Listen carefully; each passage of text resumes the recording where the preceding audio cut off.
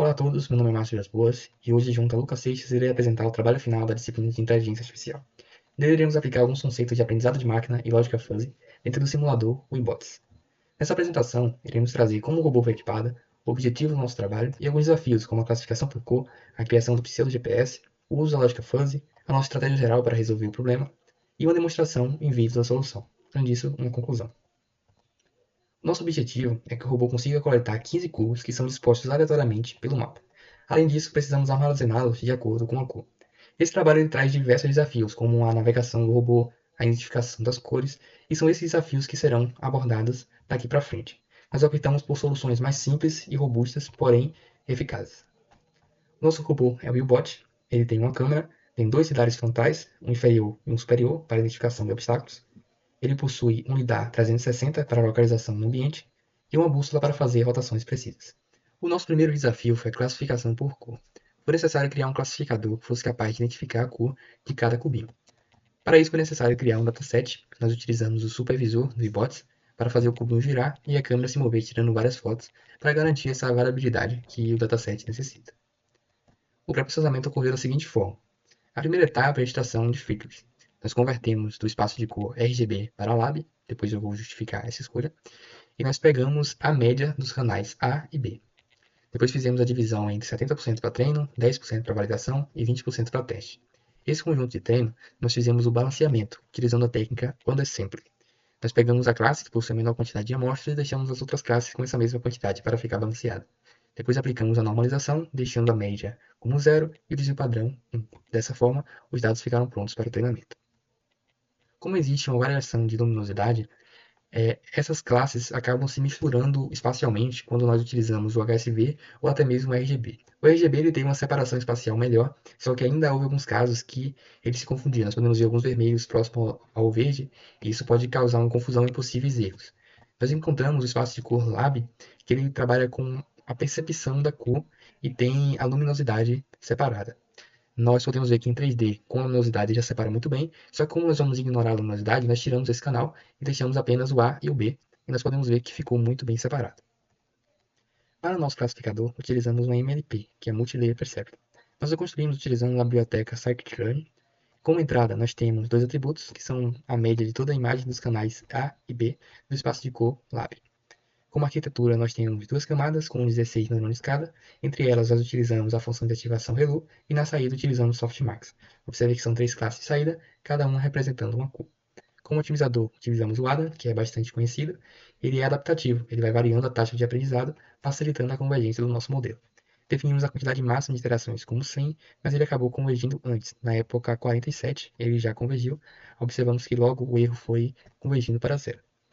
Como são dois atributos, nós conseguimos ter essa visualização espacial em 2D dessas classes bem separadas e dessa fronteira de decisão, delimitando onde cada classe está definida. Como ficou muito bem definido e separado, nós conseguimos obter um resultado excelente, com 100% de acurácia, não teve nenhum falso positivo, falso negativo. Realmente foi muito eficiente e isso se deve à escolha do espaço de cor, que já permite essa ótima separação espacial. Então, nosso objetivo principal aqui é tentar montar um pseudo GPS, considerando que o professor permitiu a gente utilizar o GPS como ground truth. Então, a gente vai moldar isso como? A gente vai utilizar o lidar para obter as distâncias dos obstáculos, do robô em relação aos obstáculos, sabendo que os obstáculos são todos estáticos, essas caixas, containers e paletes. E além disso, a gente vai precisar do compasso para tentar ao máximo tirar a necessidade de angulação, já que, por exemplo, se o robô girar, o mesmo raio do lidar vai apontar para outro obstáculo, dando uma distância diferente, provavelmente dando resultados diferentes. Enquanto o pseudo GPS, o dataset, foi feito manualmente, fazendo o robô girar e se mover no mapa, principalmente nessa região escura.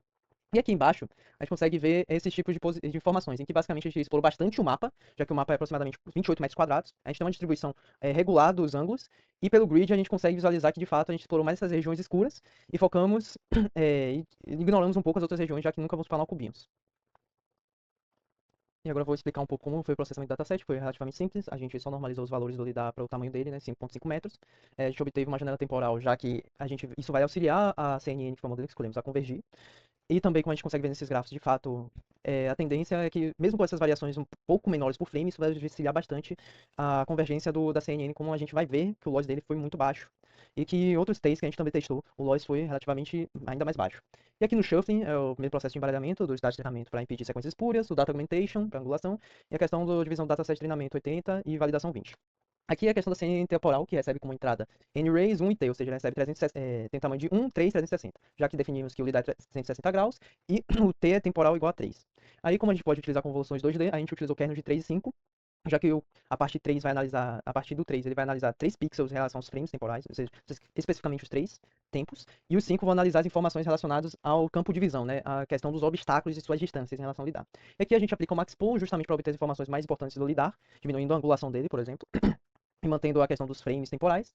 Realizando convolução novamente, a gente faz outro max pool e concatena com o YAL, que é o constante seno, com um objetivo bem específico. Porque, por exemplo, quando o robô gira, uma setinha do lidar vai provavelmente apontar para outro obstáculo, ou seja, vai ter uma distância diferente. Provavelmente, se a gente só dependesse disso, ia dar um resultado diferente no output, né, como GPS, ou seja, é uma localização baseada em ângulo. Então, para isso, para tirar essa angulação, possível angulação, que essa diferença de pontos do lidar pode causar quando o robô gira, a gente envia o concatena o FC com o YAL, com o objetivo de tirar essa necessidade angular. E por fim, a gente tem as configurações de treinamento, e a gente utilizou o Smooth L1 para não penalizar tanto essa CNN, já que ela é relativamente shallow, mas a gente também queria impedir possíveis outliers.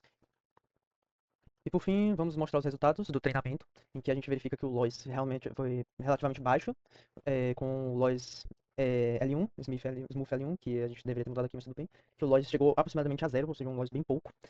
Mas o que a gente consegue visualizar e interpretar melhor é essa posição verdadeira vezes predita, em que a gente consegue ver que de fato os pontos laranjas quase faz uma coberta no ground truth, que é o GPS, e o erro principal que utilizamos como métrica foi o erro posicional, ou seja, euclidiana, que a gente consegue verificar aqui no histograma, que foi uma média de aproximadamente 8 centímetros, o que é relativamente bom. E aqui os resultados do ambiente, ou seja, no teste mesmo, na Vera. Aqui a gente consegue visualizar no GIF que o robô se mexe, tremelica um pouco, já que não é um GPS perfeito. E também um adendo é que essa região escura, como eu disse anteriormente, foi o que foi mais treinada. Ou seja, por exemplo, esse canto aqui, quando visualizamos esse mapa de precisão da arena, tem uma predição não tão boa em comparação com a predição aqui do meio, que é justamente essa região mais escura. E também a gente aplicou um tipo de média móvel, como a gente consegue visualizar aqui, de aproximadamente 4 valores anteriores, que a gente pega os 4 valores anteriores, soma com o valor atual e divide por 5 para definir a posição do robô. Isso fez com que o erro em relação ao ground truth diminuísse, gerando menos outliers, por exemplo.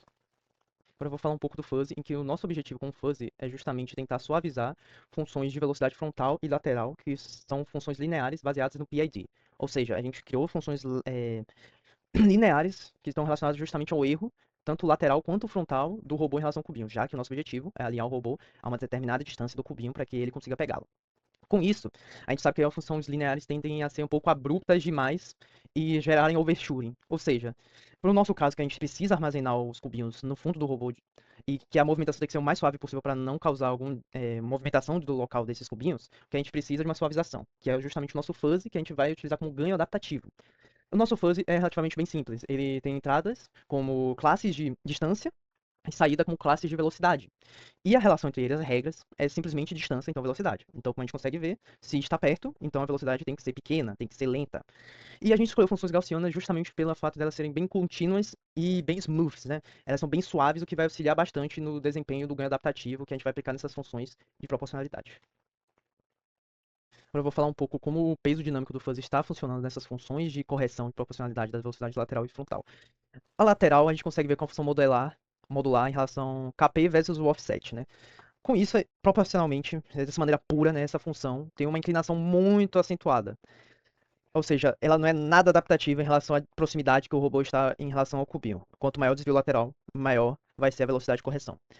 Então, para a gente tentar filtrar isso aqui em relação à proximidade, a gente consegue ver nessa gráfico à direita, que é esse mesmo aqui, que a gente consegue pegar speed factors específicos a partir das zonas diferentes que ele está, como a gente consegue ver aqui, se está na zona segura, zona moderada ou zona perigosa, e como esses speed factors estão influenciando este gráfico à esquerda. A gente consegue ver claramente que quanto mais próximo da zona perigosa ele está, maior vai ser a tendência de diminuir a inclinação da velocidade, ou seja, vai dar uma maciada na função de velocidade horizontal, né, lateral. Ou seja, ele faz um freio proporcional à distância. E aqui na frontal não existe uma diferença tão grande quanto a lateral. Existe uma diferença de, por exemplo, quando o robô precisa dar ré ou precisa se afastar um pouco, ele dá de maneira mais calma, já que a gente quer manter a maior estabilidade possível do robô, principalmente no capô dele. E a gente também percebe que ao aproximar, do ponto, né, da distância em relação ao cubinho, a velocidade aumenta de maneira suave e relativamente um pouco menor que a função original de 0,9 vezes o erro.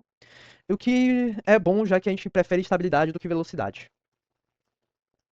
E por fim, um breve resumo dos resultados que a gente conseguiu, de 50 alinhamentos aproximadamente, em que basicamente a distribuição do erro frontal e do erro lateral foram muito boas, ou seja, erros milimétricos, principalmente do erro lateral, já que o nosso objetivo principal aqui é chegar nessa dead zone específica, que é 5 milímetros, ou seja, em quase todos os aspectos a gente sempre chegou em 5 milímetros. A gente consegue verificar aqui a duração versus o erro, que é relativamente alto o TIX, já que a velocidade geral do robô nesse exemplo é relativamente baixa, e no projeto em si é baixa, já que a gente prefere estabilidade.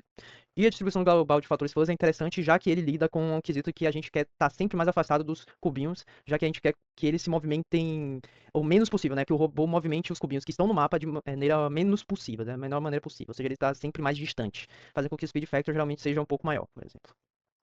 Agora vamos entender a estratégia geral utilizada pelo nosso robô para resolver esse problema. Ele segue um circuito pré-definido através de coordenadas. Nossa CNN ela permite estimar qual a coordenada do robô no mapa.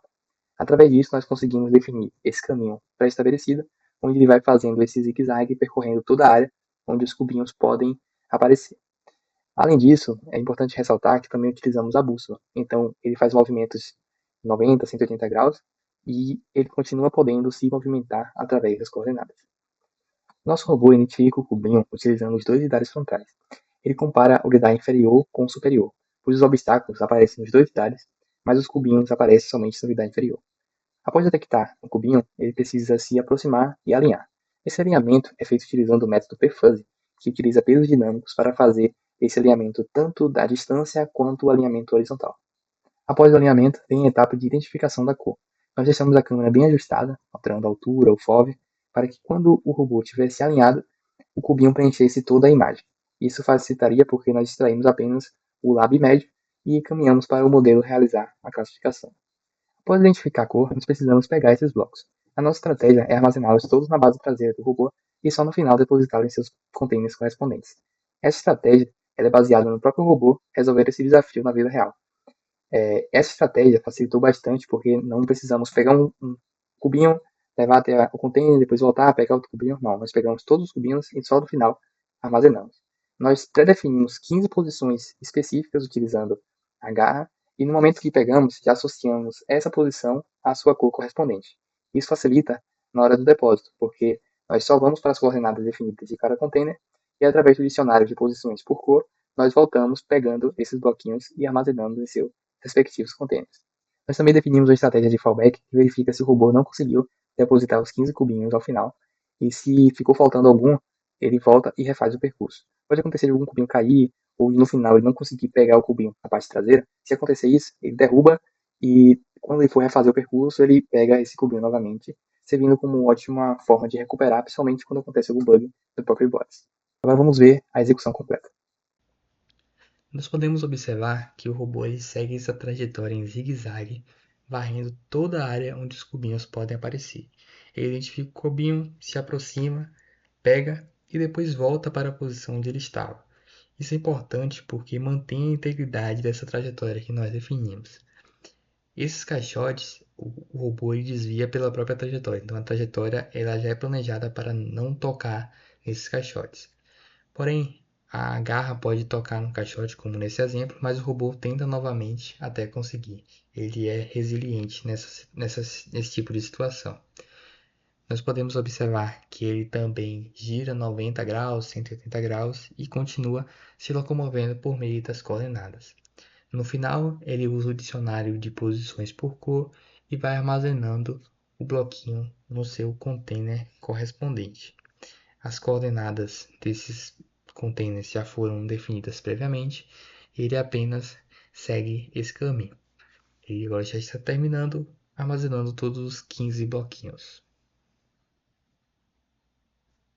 Como conclusão, nós temos que o robô ele consegue concluir o desafio na nossa grande maioria dos testes, porém pode ocorrer alguns bugs, principalmente devido à instabilidade da física do próprio simulador, porque a interação entre vários bloquinhos e a parte traseira do robô, isso acaba causando uma instabilidade, consequentemente traz alguns bugs. Além disso, podem ocorrer alguns pontos cegos, porque nós não estamos usando o GPS diretamente, a posição do robô ela é estimada por meio da CNN, então tem essa limitação, mas no geral, a MLP, a CNN e o Fuzzy trouxeram resultados muito satisfatórios que permitiram a gente concluir esse desafio com um certo êxito. Além disso, é importante destacar que a eficiência da nossa estratégia acabou sendo limitada pelo simulador, porque, por exemplo, tivemos que reduzir bastante a velocidade do robô para evitar bugs no e-bots. Mas, no geral, o desempenho foi muito satisfatório. Obrigado pela atenção de todos. É isso.